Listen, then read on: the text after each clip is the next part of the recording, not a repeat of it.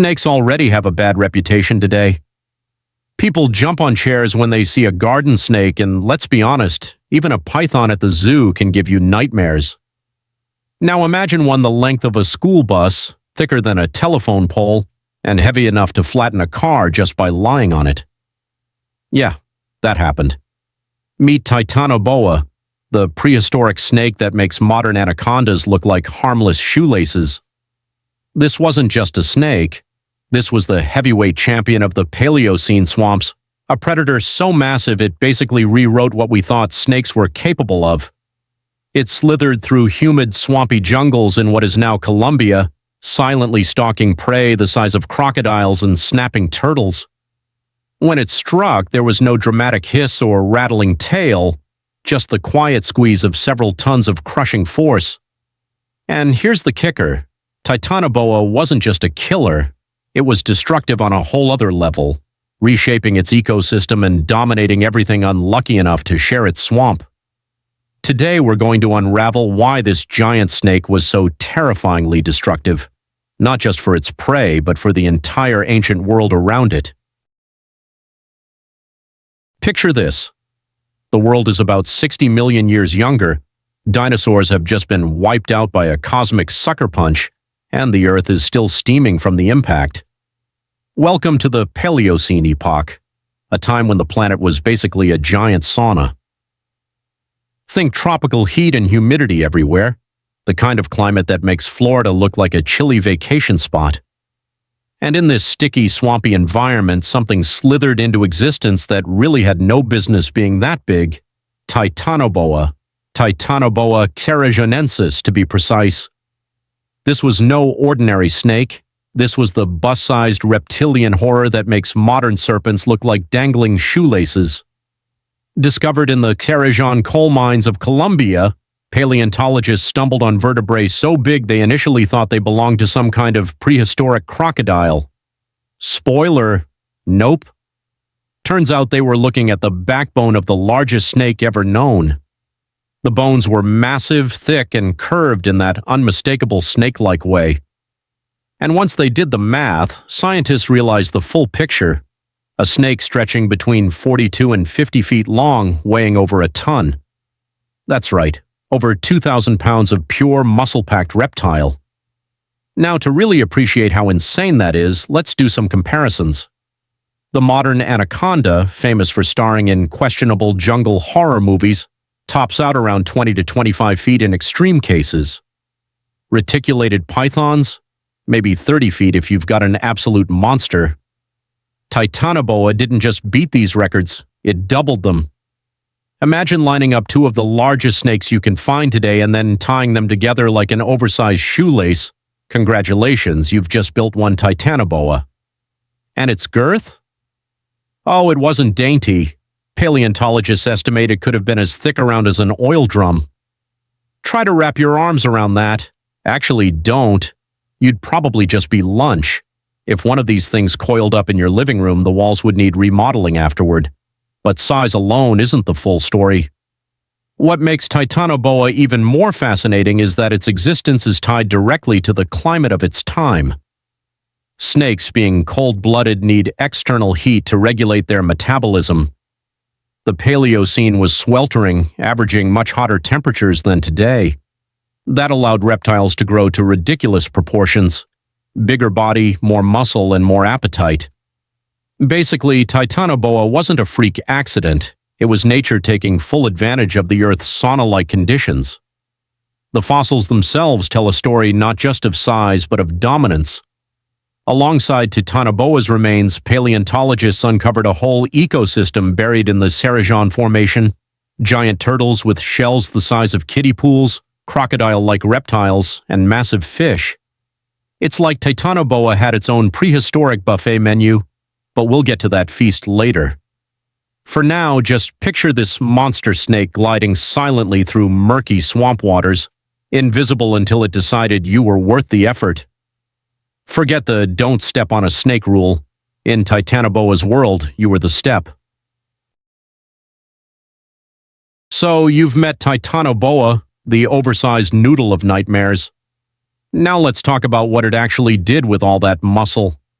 Spoiler alert, it wasn't knitting scarves. Titanoboa was the undisputed apex predator of its swampy world, and the way it hunted was equal parts terrifying and impressive. First, let's clear up a misconception. People often imagine giant snakes like this leaping out of the trees onto unsuspecting prey, Indiana Jones style. But Titanoboa wasn't Tarzan's pet python. This thing was heavy, over a ton of solid reptile. Trees? Forget it. More like crushing them under its weight. Instead, Titanoboa was built for the water. Its fossils were found alongside freshwater species, and the body structure hints at a semi-aquatic lifestyle. Basically, think of it as a giant scaly submarine waiting for something tasty to swim too close, and when something did, oh boy, Titanoboa's hunting style would have been a nightmare. Today's boas and anacondas strike by ambush, grabbing prey with lightning-fast precision, then coiling around and squeezing the life out of them. Titanoboa did the same, but on a catastrophic scale. Scientists estimate it could exert a crushing force of over 400 pounds per square inch. That's like parking a pickup truck on your chest and just leaving it there. A crocodile-sized reptile? No problem. A turtle with a shell thicker than your car door? Crunchy snack. A fish the size of a man? Barely an appetizer. And the swamps of Paleocene Colombia gave it plenty of options. Fossils from the same deposits reveal huge lungfish, massive gars, and some truly unfortunate turtles. Imagine being a turtle floating along peacefully when suddenly the water ripples and a school bus-sized snake decides you're today's entree. Not ideal. And unlike sharks or big cats, Titanoboa didn't waste time with flashy attacks. There was no bloodbath, no dramatic chase. It just grabbed you, coiled around, and quietly erased you from existence. Efficient, terrifying, and a little rude. Let's not forget intimidation factor either. Most predators have rivals. Even T-Rex had to worry about other big carnivores. Titanoboa, it was top dog, or rather top snake. Nothing else in its environment could challenge it.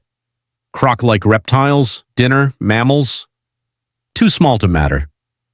The only competition Titanoboa faced was other Titanoboas, and honestly, that sounds like the worst roommate situation ever. Now you might be thinking, okay, giant snake eats stuff. Big deal. But remember, Titanoboa wasn't just big, it was everywhere in its ecosystem. When it glided into the water, everything else had to make a quick decision: hide, run, or get squeezed into a reptilian protein shake. This is what true apex predators do. They shape how everything else around them behaves. In the modern world, sharks keep fish populations in check, lions control herds, and Titanoboa, it controlled the swamp like an overbearing landlord. You didn't pay rent, you were the rent. And honestly, the fact that Titanoboa existed at all makes modern snakes look kind of underwhelming. Sure, an anaconda can eat a capybara, maybe even a caiman, but Titanoboa, it could have swallowed your entire kayak, paddles included, and still had room for dessert. So yeah, the apex predator of its time. But here's the real twist. Titanoboa wasn't just destructive because of what it ate. Its sheer existence reshaped the entire ecosystem around it. Which brings us to the next part: how one giant snake could literally change the rules of life in its swamp. Okay, so Titanoboa could crush, drown, and swallow just about anything dumb enough to cross its path. But here's the kicker. Its destructiveness went way beyond the usual eat, digest, repeat routine. Titanoboa wasn't just killing things, it was basically reshaping its entire environment just by existing. In ecology, there's this concept called top-down control, where a predator keeps everything else in check. Think wolves controlling deer populations, or sharks keeping the ocean from turning into a fish free-for-all. Titanoboa was that concept cranked up to 11. With its school bus-sized body lurking in the waterways, every other creature had to adjust its lifestyle just to avoid becoming dinner. Let's take the turtles of Cerrejón, for example. Some of these guys had shells over 5 feet across, like coffee tables with legs. But even that wasn't enough protection when Titanoboa showed up. One coil, one squeeze, and suddenly that shell was nothing but prehistoric Tupperware. So if you were a turtle living alongside Titanoboa, you either grew massive armor and hoped for the best, or you got very good at hiding. And honestly, neither strategy worked out great. Then there were the fish. Fossils show giant lungfish and gars swimming in those Paleocene swamps. These weren't goldfish, these were monsters in their own right. But Titanoboa's presence meant constant ambush risk. Fish populations would have shifted, smaller species darting into shallow waters, bigger ones avoiding the deeper channels where the snake hunted. Titanoboa wasn't just eating individuals, it was forcing entire species to adapt their behaviors, like a swamp-wide game of hide-and-seek where losing meant being crushed into sushi. And let's not forget the croc-like reptiles, the dinosaurs. These guys were decent predators in their own right, snapping up fish and whatever else came too close. But with Titanoboa in the neighborhood, they were downgraded from feared hunters to occasional snacks. Imagine being the crocodile of your swamp, thinking you're tough only to realize there's a snake out there that can swallow you whole. Humbling, to say the least. Here's where it gets even more interesting. By dominating so thoroughly, Titanoboa shaped what kinds of animals could even survive in that ecosystem. Its sheer size and presence meant fewer medium-sized predators could thrive. Why compete when you're just going to end up as a meal? In modern ecology, we'd call that niche suppression. Titanoboa basically hogged the entire apex predator slot, leaving everyone else to squabble over scraps. Now, picture this nightmare in today's world. If Titanoboa somehow showed up in the Florida Everglades, where invasive Burmese pythons are already wrecking the place, it would be game over. Forget the alligators, they'd be appetizers. Deer, panthers, even the odd unlucky tourist? Gone. Florida would just be one giant snake-themed buffet. And honestly, the Everglades already have enough problems. So, Titanoboa's destruction wasn't flashy. It didn't rip apart herds like a T-Rex or Nash bone with serrated teeth. Instead, it was quiet, patient, and absolute. It made its environment bend around it, forcing everything else to either adapt or disappear. That's real power, the kind of dominance that echoes in the fossil record millions of years later. But here's the thing about being a giant, cold-blooded swamp king. You're only as strong as your climate. And when Earth decided to cool down a little, Titanoboa's reign of destruction started to slither to an end. So, Titanoboa was the swamp's undisputed boss, apex predator, ecosystem dominator, nightmare fuel. But like every good reign of terror, it didn't last. The reason? The planet decided to hit the cool-down button, and when you're a giant cold-blooded snake, that's about as fun as a power outage in the middle of your Netflix binge. Here's the sciencey bit. Snakes, like all reptiles, are ectothermic. They rely on external heat to keep their metabolism running. The Paleocene epoch where Titanoboa thrived was basically Earth's sauna, humid, tropical, and warm enough to let a snake grow longer than a city bus. But as the planet moved into the Eocene, things cooled down. The swamp shrank, the climate shifted, and suddenly the conditions that allowed Titanoboa to exist just weren't there anymore. Imagine trying to run a marathon while stuck inside a walk-in freezer. Yeah, not ideal. Size, it turns out, comes with trade-offs. The bigger you are, the more heat you need to keep your body functional. Modern snakes max out at around 30 feet because today's climate just doesn't allow for anything larger.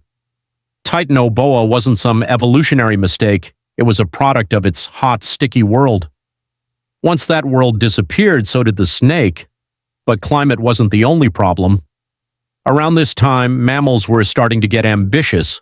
The extinction of the dinosaurs gave them room to experiment, and they were evolving fast, becoming smarter, more diverse, and more competitive.